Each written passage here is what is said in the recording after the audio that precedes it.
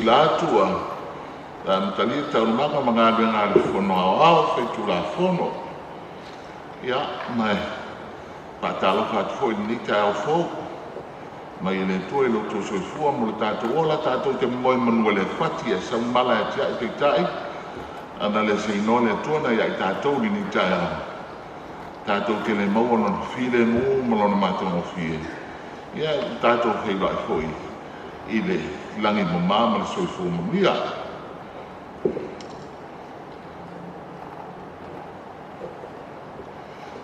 ole tato ngā lenga. O te whasisilatu i whaia o le whono awha i tula whono.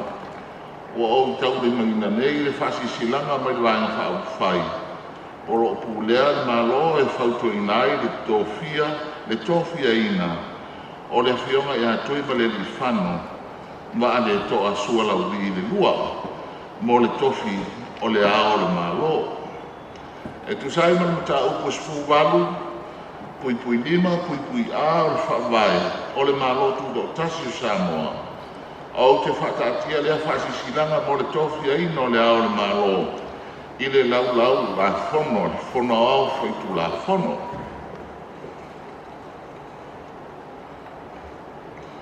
o le mata upos fu walu pui a o whawai o loo mana o ni ai le tōfia ina le whono ao whaitu la whono o le ao le Mālō i lungo o le whautuanga a le vaenga whauwhai o lo o whapenana pulea le Mālō au te tui nātu le whesiri le maota e whapea o le whesiri po le awha maonia le whasisilanga mo le tōfia ina o le Afioga i a Tuimalealifano Va'aletoa Sualauvi le lua i le tofi o le ao le Mālō. O e whina ngaro iai sauno mai le ioe. Au e se le ai, ua man Mālō le ioe. Au te whasisilatu ua whamaunia nei le whono au whaitu la whono. Le tōfia ina o le Afioga i a Tuimalealifano Va'aletoa Sualauvi le lua i le tofi o le ao le Mālō Samoa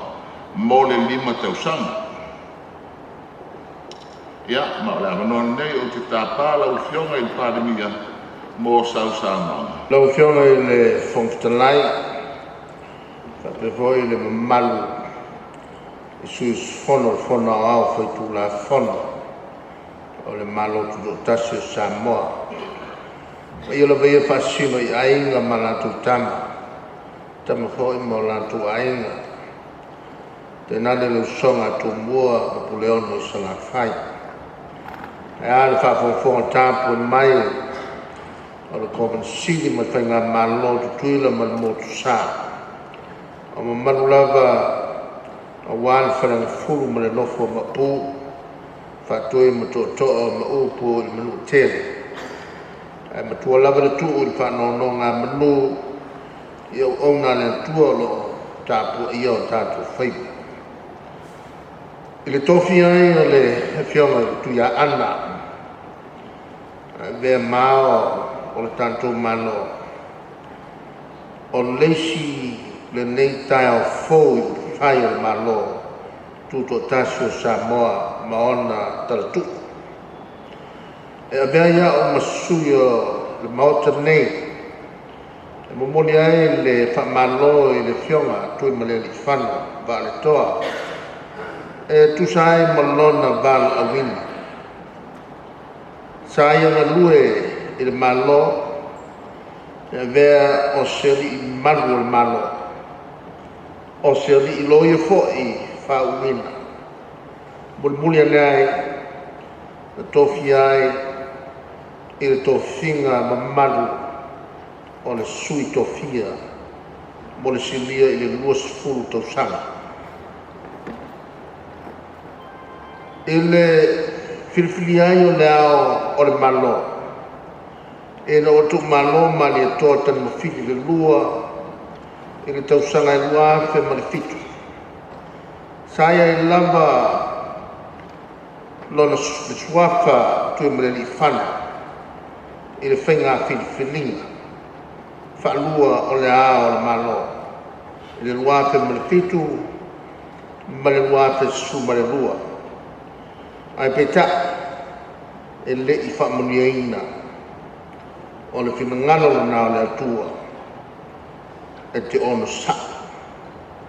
te li saunia i lanā taimi mo le tofiga o le ao mamalu o le talitonuga lea ma maua'i i palemene lenei o tofiga uma e mai le atua o lea nei o na sa'i ai pea ma fa'auau lana tautua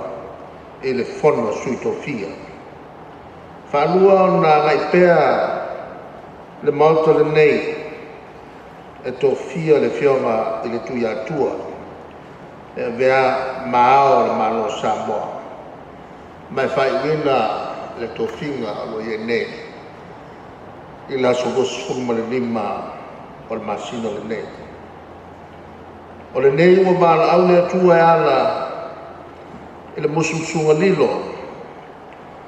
e suiusfono o le fonoaoao faitulafono ma le latou fo'i faiga filifiliga fa'alevaega fa'aufai a le vaega lenei e puipui ai iā tatau o tagata e fa'apeona aia ia ai i lalo e fa'amahe o te whamalo fo'i i le fionga i tui atua lau fionga tupua tamasisi efi e tu sai mo lo tau aveina o le tofiga o le ao mamalu o le Mālō i le leisi fulu tausaga sa fa'atino ai e lau fionga lo tofiga i tulaga mamalu ma le taualoa o lo'o mautinoa le iai pea le gaga naunau ta'i i lau fionga mo tautua pea i lo tatou watunu i so'o se apanoa fa'amālō le tauata'i fa'afetai le tautua Mālō e lē taula'eia fo'i le ma'osofia i le tele o tausaga o lou soifua sa e galue ai mo le Mālō Samoa e tulaga tofi mamalu uma lava o le tatou Mālō faipule Palemia o le Mālō sui tofia ao mamalu o le tatou Mālō na o le atua na te taui i le ato'atoa lau tautua fa'aloloa mo lo Mālō mo lo watunu'u o Samoa o le filifiliga o le ao mamalu sa fa'atino lava i faiga masani fa'atema kalasi e lē o se filifiliga na faigofia lona fa'atautaina mo se atunu'u la'ititi to'agaogao ae ua fesauta'i gafa o aiga le tioa fatu se taofi o Samoa o le aiga o le lagona na tupu a'e i le faiga filifiliga lenei e iai isi auala silisili tauga mali e ao fo'i ona tagofia le tatou Mālō e fa'atino ai suiga o tofiga i le lumana'i e tapena mamao i ai i latou o tofia matalia gofia ai fo'i ni suiga o tofi ua tatau ma talafeagai fa'aletulafono isi ia teuteuga lelei o tatou tulafono e atilimaua ai le nonofo lelei ma le agaga oe'oea'i ta'ita'i o Samoa ia sagaiane ai o le tai lau fionga i tuia ana e fa'asofia mo agaluaga mautupupuina fulu le salaula maua le tofā ma soifua lelei fa'atino ai tiute ua fa'e atu i ou tau'au